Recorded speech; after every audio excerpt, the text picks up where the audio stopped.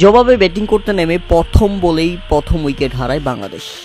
ফিরে যান পারভেজ হোসেন ইমন। যদিও সেটা আম্পায়ার্স কল ছিল, তবে প্রথম বলেই যখন প্রথম উইকেট পড়ে যায় তখন বাংলাদেশি সমর্থকরা ভেবেছিল আজকের এই ম্যাচটাও হেরে যাবে বাংলাদেশ, হেরে যাবে সিরিজটা।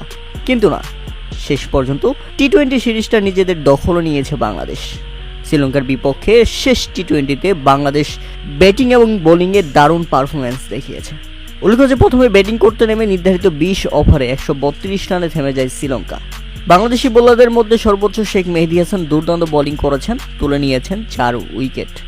শ্রীলঙ্কার হয়ে সর্বোচ্চ 39 বলে 46 রান আসে প্রথম নিশাঙ্কার ব্যাট থেকে। শেষ দিকে 25 বলে 35 রান করে অপরাজিত থাকেন দাসুন সানাকা। আর জবাবে ব্যাটিং করতে নেমে বাংলাদেশের শুরুটা মোটেও ভালো ছিল না। বললাম প্রথম বলেই প্রথম উইকেট। তবে এরপর লিটন দাসকে সঙ্গে নিয়ে তানজিদ হাসান তামিম ছক্কা বৃষ্টিতে মেতে ওঠেন। তবে লিটন দাস ইনিংস বড় করতে পারেনি। 26 বলে 32 রান করে ফিরে যান প্যাভিলিয়নে।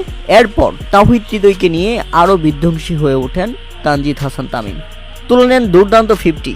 মাত্র 27 বলেই 50 পূরণ করেন তানজিদ হাসান তামিম। 50 পূরণ করতেই হাঁকিয়েছেন 5টি ছক্কা। 50 থেকে মুহূর্তেই 70। তানজিদ তামিম যেন শ্রীলঙ্কাকে দেখিয়ে দিল তিনি ব্যাটিং করা শুরু করলে কোনো বলারই কিছুই না। প্রিয় দর্শক, শেষ পর্যন্ত বাংলাদেশের দারুণ জয়। আর এই জয়ের মাধ্যমে শ্রীলঙ্কার বিপক্ষে টি-20 সিরিজে 2-1 ব্যবধানে সিরিজ জিতে নিল বাংলাদেশ।